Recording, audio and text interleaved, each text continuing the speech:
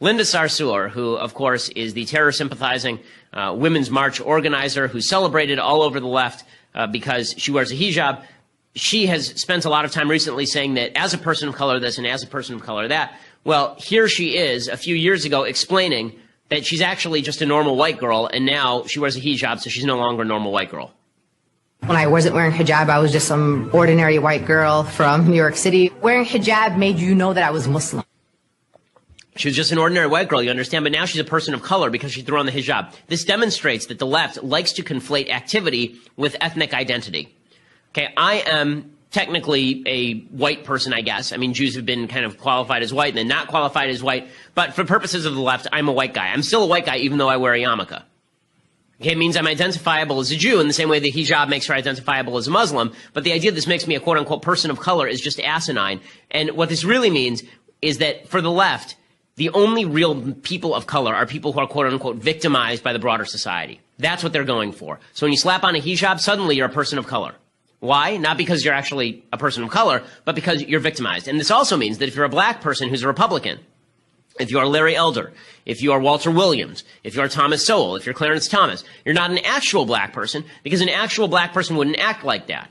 An actual black person, like Linda Sarsour is more black than Clarence Thomas because Linda Sarsour is a white person who wears a hijab. Color, in other words, is just another way for the left to say leftist. And that's what you see from Linda Sarsour here. She is a self-admitted not person of color by this tape, but she calls herself a person of color all the time. I hope that we, when we stand up to those who oppress our communities, that Allah accepts from us that as a form of jihad, that we are struggling against tyrants and rulers, not only abroad in the Middle East or in the other side of the world, but here in these United States of America, where you have fascists and white supremacists and Islamophobes reigning in the White House. Sarsour's supporters maintain the word causing fierce backlash has been taken out of context, and that she's also been fighting back, tweeting, "Right wing tries to demonize my leadership. Editing videos is their favorite pastime." Here now, Ben Shapiro is editor-in-chief of DailyWire.com, and Hassan Shibli is chief executive director of CARE Florida, a friend of Ms. Sarsour's, and was president when she made the comment. So, Hassan, let me start with you. Tell me how it was taken out of context. Well, jihad means to struggle for good, and she was very clear that it's our duty as Americans and as Muslims to put forward our best effort and to struggle to speak truth to power, to help the disenfranchised, to stand for the oppressed, no matter what the cost is of speaking out. And she's actually paying the price of speaking out and calling out the Trump administration's attacks on minorities, attacks against women. Linda's a revolutionary American Muslim, proud hijab sporting activist, and we stand with her. We're proud of the tremendous work she's doing to stand with all disenfranchised minorities to make America great by standing for justice and speaking truth to power, which is exactly what jihad is about. Okay, so I first read about this on the Daily Wire, but when you wrote about it, Ben, tell me why you think that it was not taken out of context when she calls for a jihad against the White House.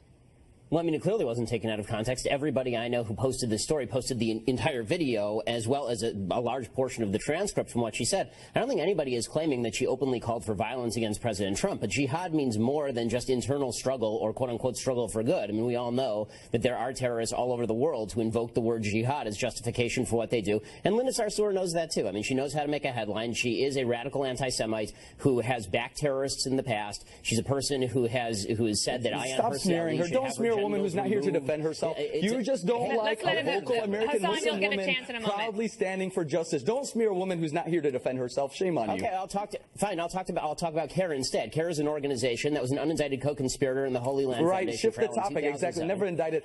Don't try to drown out the conversation. Let's talk about what jihad means. Jihad means striving for truth. Let me ask you, Hassan. Exactly what Hassan, let me ask you something. If you want to talk about context, let's talk about the full context. Yes, go ahead and ask me. Okay, this is what I want to ask you. The fact that she began this speech by praising a guy who has in the past talked about how jihad includes violent jihad. She started her speech with that. So let's not pretend that you can just, you're the one taking this one line out of context and then suggesting that it only refers to I encourage everybody just to listen to the speech for herself. So I listened to it, and I have a question to you from a communication standpoint. So she wants to be an effective activist. Surely she is aware that when the general public hears the word jihad, it's not necessarily about an internal struggle and standing up for people's rights. I mean, we do that all the time in America, like our country's actually built on that. So I'm curious why she doesn't think that she would get some backlash. If you're going to say those things, you are going to get, stir up a hornet's nest. Well, that's why it's so important that she used that word, because we must reclaim that word from the extremists that have misdefined it and misrepresented it. So Muslim extremists and anti-Muslim extremists have both hijacked and distorted jihad to mean something horrible, to mean exactly what jihad does not mean, actually. And the only way we can reclaim our words and reclaim our language is by leaders proudly and unapologetically using it in the right context, so we can show the world what jihad really means. Jihad does not mean war, I think that you're like war. Whistling past the graveyard, because like that's already the reclamation, Ben. It's too late for that. Of course, no, it isn't too late. It isn't too late. It isn't too late. Okay, if it isn't too late, then I'd like to hear CARE come out right now and condemn the Muslim Brotherhood. Why would we condemn the Muslim Brotherhood? We don't condemn political organizations. Listen, let's not, again, every single time you want to try to distort the conversation. Why don't you condemn the KKK? Why don't you condemn the Lord's Resistance Army? Every time a Muslim comes up, you start condemning. You start asking Muslims to condemn. Muslims are human beings. We're proud Americans. We stand for peace. We stand for justice. We condemn all people. We condemn all people who engage in violence against human beings, against civilians. Take that for granted. We are one humanity, one people. Let's get to know each other. Let's not promote fear and hate of each other. All right, Hassan, I'll give the last word to you, Ben. Okay, if you want to reclaim the word jihad, you should start by condemning organizations that promote jihad all over the world instead of associating with them, praising Why would them, we, and talking about again, you're misdefining jihad. Jihad means standing for justice. Jihad means standing for justice. It doesn't mean terrorism. And we stand against all terrorists and all those who engage in violence. Organizations that participate in it. This is not hard. We have and we do, just as everybody else does. Thank you, and God bless you, and God bless America. Thank you, Hassan, and Ben Shapiro. Thank you so much. See you next. So, as you recall last week, I played at length the tape from Linda Sarsour, where she talked about, Linda Sarsour, for those who don't know, is the Women's March organizer and radical Islamist who spent last Sunday, a week ago, she spent last Sunday talking about why Muslims need to fight a jihad against Trump. She said a jihad meant a word of truth against a dictator or a tyrant, but she used the word jihad advisedly because obviously jihad has broader meaning. So, on Friday night, I was on with Dana Perino, on Fox News, and she had on also a spokesperson from CARE, the Council on American Islamic Relations. Now, number one, it is necessary to note that Council on American Islamic Relations is, in fact, a group that has been linked with the Muslim Brotherhood. A lot of their founders were associated with the Muslim Brotherhood. They were linked with the Holy Land Foundation trial in 2007. The Holy Land Foundation was sending money to terrorist groups, and CARE was linked with them. CARE has been named as a terrorist group, actually, by the United Arab Emirates. So they are a very nefarious group, and yet they are the ones out there defending Linda Sarsour. What was irritating about this interview was that it was very difficult to get a word in edgewise because this guy decided to talk over me. But you can see the same people who say they're moderate refuse blatantly, point blank, to condemn the Muslim Brotherhood or even Hamas. You'll see it during this interview.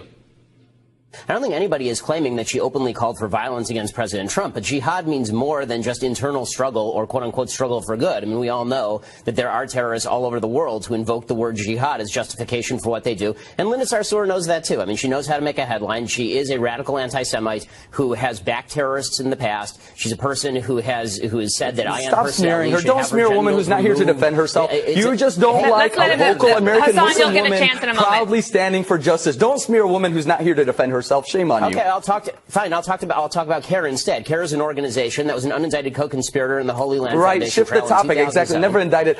Don't try to drown out the conversation. Let's talk about what jihad means. Jihad means striving for truth. I want to point out what happened right there in the interview. So he says, don't attack Linda Sarsour. She's not there to defend herself. First of all, he was there to defend her. That was the entire topic of the segment. Second of all, I said, okay, I won't attack Linda Sarsour. I'll attack you. And then he said, stop shifting topic. Okay, I just want to point out how dumb a tactic that is. It continues along these lines.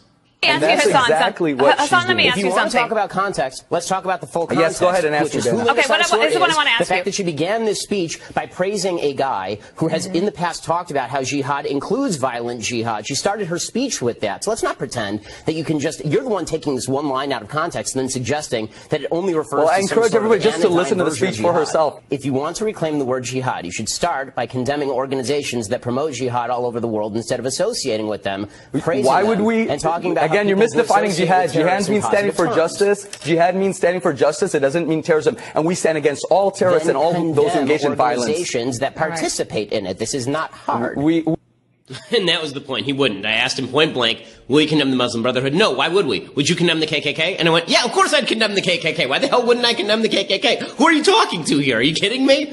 The KKK ain't exactly my best friends, gang. So It just demonstrates the double game that's being played by a lot of the people on the left and a lot of the people in the Islamic world in order to defend people who really are quite extreme. Linda Sarsour is very extreme. Linda Sarsour, we talked about her entire resume last week, but now she has a piece in the Washington Post talking about how she's a victim.